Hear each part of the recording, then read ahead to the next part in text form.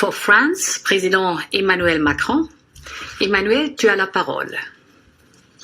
Merci beaucoup, chère Ursula, merci beaucoup, Madame la Présidente. Le 26 mars dernier, les leaders du G20 se sont engagés pour que la réponse internationale à la pandémie du Covid-19 soit à la fois massive, coordonnée et solidaire, ce qu'elle doit être, et vous l'avez parfaitement rappelé à l'instant.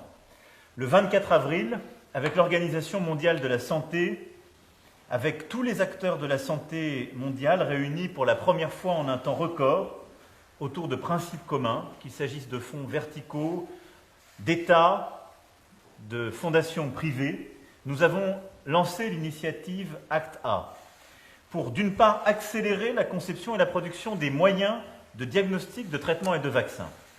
Deuxièmement, pour garantir un accès sûr, équitable et universel à ces moyens vitaux de lutte contre la pandémie. Et troisièmement, pour consolider les systèmes de santé, pour lutter contre le Covid-19 dans les pays les plus fragiles et poursuivre le combat contre les autres maladies. Je pense en particulier à tous nos partenaires africains. Et ce troisième pilier est essentiel, car renforcer les besoins en santé primaire est indispensable si nous voulons aussi gagner contre le Covid-19. Cette initiative est historique, nécessaire, structurante, et je pense que la conférence de financement aujourd'hui organisée par l'Union européenne est extrêmement importante, et je vous en remercie, Madame la Présidente. Nous tirons, ce faisant, toutes les leçons des expériences passées sur les grandes pandémies et leur gestion, de ce qui a fonctionné comme de ce qui n'a pas fonctionné.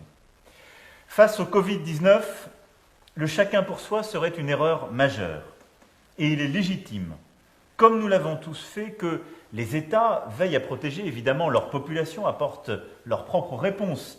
Mais nous ne pourrons en sortir définitivement qu'ensemble.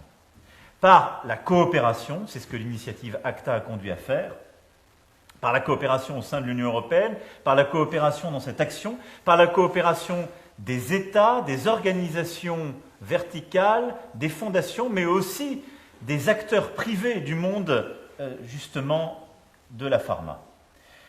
En accélérant notamment sur la recherche de traitements et de vaccins, même si nous savons que cela prendra du temps. Et c'est pour cela qu'au cœur de cette initiative, il y a la décision aussi que nous devons collectivement porter, que ce vaccin, le jour où il sera mis au point, sera un bien public mondial. C'est-à-dire qu'il n'appartiendra à personne, mais nous appartiendra à tous. Ceux qui l'inventeront, évidemment, auront leur juste rémunération, mais l'accès sera donné à l'ensemble de la planète par l'organisation que nous aurons choisie, les bons financements, la bonne organisation publique et privée que nous mettrons derrière. Cette initiative implique des financements et nous sommes là aujourd'hui pour que chacun y prenne sa part. Je veux vous remercier, Madame la Présidente de la Commission, de ce rôle qui témoigne aussi de la volonté de l'Europe d'être au cœur de cette réponse internationale. Une course contre la montre est engagée, il nous faut encore accélérer pour épargner des vies, sortir des incertitudes de la crise et engager l'immense travail de reconstruction sociale, économique qui sera nécessaire.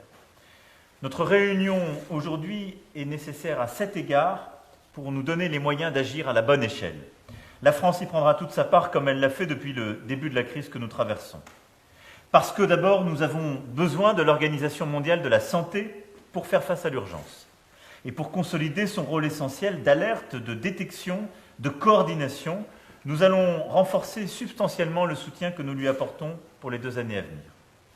Parce que nous avons besoin d'accélérer sur la recherche et le développement d'un vaccin qui devra être accessible à tous. Parce que nous avons un travail essentiel à conduire sur l'accès équitable à des diagnostics et traitements efficaces, notamment sur le plan des brevets. Parce qu'enfin, rien ne sera possible sur les diagnostics, les traitements et les vaccins si nous ne soutenons pas les systèmes de santé.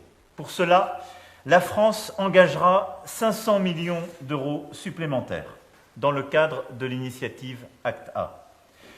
Cette somme s'ajoutera en parfaite cohérence au financement engagé par ailleurs dans le cadre de l'initiative Covid-19 Santé en commun, pour laquelle nous mobilisons, au travers de l'Agence française de développement, 1,2 milliard d'euros pour le renforcement des réseaux régionaux de surveillance épidémiologique, la mise en place de plans nationaux de réponse, l'appui aux ONG, aux organisations de recherche, pour répondre à l'urgence et renforcer durablement les systèmes de santé de nos partenaires africains. Vous l'avez dit, Madame la Présidente de la Commission européenne, la route sera longue. Une fois le vaccin découvert, une fois les traitements éprouvés, il faudra les produire en masse et les distribuer à tous. C'est pourquoi j'appelle chacun à contribuer à cet appel aux dons que nous lançons, et vous pourrez, demain comme aujourd'hui, compter sur mon engagement. Je vous en remercie. Merci beaucoup, Monsieur le Président. Merci Emmanuel pour tout ce soutien à cette noble cause.